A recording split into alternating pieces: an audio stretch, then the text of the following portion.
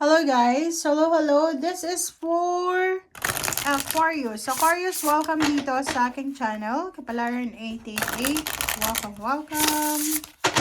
Aquarius. Alamin natin Aquarius kung anong messages. Energy. Gabay.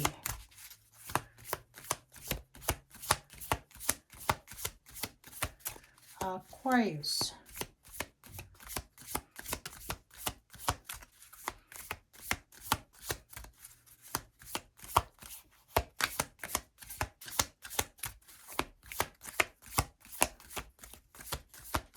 Walang lumalabas sa inyo guys. Ako na lang kukuha. Okay, notice the blessings. And something bigger is on the way. Wow! Aquarius.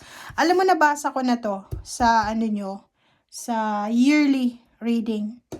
So, unahin natin dito yung something bigger is on the way. So, sinasabi ng Barasir dito, Aquarius, na isang napakalaki na pagbabago, blessings, huge, enormous blessings ay parating para sa'yo.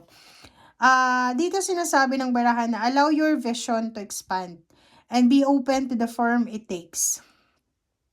You may discover that you were dreaming too small or that what seemed like an obstacle is actually pointing you in a better direction. The universe always has your back. So yun, sinasabi ng barahan na hayaan mong ang sarili mo na mag-expand. Kung may mga plano ka, like gusto mong mang-ibang bansa, gusto mong magbuntis, magkaroon ng baby, additional member ng family, magpakasal, mag-save, mag-travel, gawin mo daw. Okay? So, sinasabi ng bara sa'yo dito na marami kang madidiscover sa taon na to. It's either big or small na plano na kailangan mong gawin siya. 'Di ba? So, eto na yung go signal. Eto na yung parang ano to sa'yo yon push, boost ito sa'yo. Aquarius, na gawin mo na kung ano yung dapat mong gawin. Mga plano mo dati, isa katuparan mo na sa ngayon. Okay, notice the blessings. Dito sinasabi ng barahan na you need to be thankful, you need to be grateful sa lahat ng blessings na meron ka. And be thankful instead na mag-complain. Mag-focus tayo sa kung anong meron tayo. And mag-share tayo ng blessings natin sa kapwa. Okay? Wow! Aquarius. Alright. So,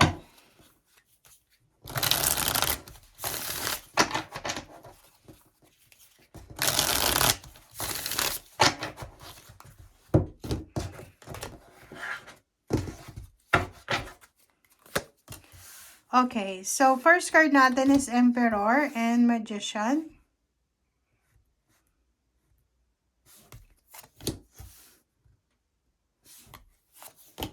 Two of Swords and the Strength. Sa ilalim mo dito is Ace of Wands. So, yun, this is a confirmation na isang exciting na like for example, salary increase, higher position, parang reclaiming of power to. Kung ano yung nawala sa'yo few years ago or few months ago, ay posibleng babalik yan sa'yo miraculously. Kumbaga, maraming unexpected na development, accomplishment ka na mangyayari this year. Ang sabi ng bara sa'yo dito, kung mayroon kang naiisip na gawin sa taong ito, gawin mo na. Okay, wag ka nang magdalawang isip pa. Okay, wag ka nang magdalawang isip pa. Kailangan mong maging strong, maging inspired, maging courageous ka na gawin kung ano to. Ikaw yun ikaw yung nakakaalam kung ano yung mga plano mo. Okay. Okay, 3 of Wands and 7 of Swords. So, if you're waiting for parang perfect timing, sinasabi ng bara sa'yo na this month or this year is a perfect timing na siya na i-execute mo lahat ng plano mo. May 7 of Swords dito. There's a Gemini. It's either a person na Gemini talaga na possible na maging dahilan para hindi mo ituloy yung plano mo. So, umiwas ka sa Gemini ngayong linggong ito or umiwas ka sa mga taong nagbibigay ng point of view sa'yo, mga advices na yan na pwedeng makasagapal sa success mo. Travel yan eh. 'Di ba? May gusto kang gawin gusto mong lumipat ng career, gusto mong baguhin lahat, gusto mong magnegosyo, bumili ng sasakyan, pag-travel, mag-asawa, magkaroon ng anak, ikasal. Pero there's someone here na parang ano siya same sign mo ba siya? Aquarius, Gemini, Libra, parang ganun. Na sagabal siya kinokontra niya yung mga plano mo. Okay, 7 of Pentacles. 2 of Wands. King of Cups. Queen of Pentacles. Okay. 7 of Pentacles and 2 of Wands. So, marami kang matatanggap na offer. It's either job offer, relationship offer, parang ganon. Ang problema lang dito is, meron kang talagang hinihintay. Like, ang example dito guys is, nag-a-apply ka ng trabaho sa Europa. Tapos, yung ino-offer sa'yo sa Middle East. So, medyo naguguluhan ka. Hindi mo alam kung ano ba alin ba dito yung tatanggapin mo. Kasi, meron kang hinihintay eh. 'Di ba? Yung parang yun yung hinihintay mo. There's a King of Cups and Queen of Pentacles. Sinasabi ng bara sa'yo na, kung ano man ang desisyon na gagawin mo ngayong 2026, ito ay magdadala sa'yo and sa buong pamilya mo ng sobra-sobrang kaligayahan. Ito ay magdadala sa'yo and sa family mo ng sobra-sobrang satisfaction. Okay? And yung Queen of Pentacles dito, sinasabi ng bara sa'yo dito na financially, you will receive so much success. Okay? Napakalaki, napakaraming tagumpay ang naghihintay para sa'yo. Okay? And nakikita ko sa'yo dito na kailangan mong maging patient.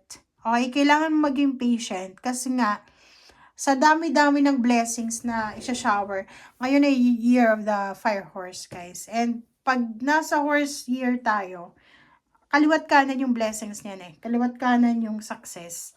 Nasa tao na lang yan eh. Kung paano tayo maging grounded. Kung paano natin i-handle yung situation. So, kasama ka doon. Kasama ka doon.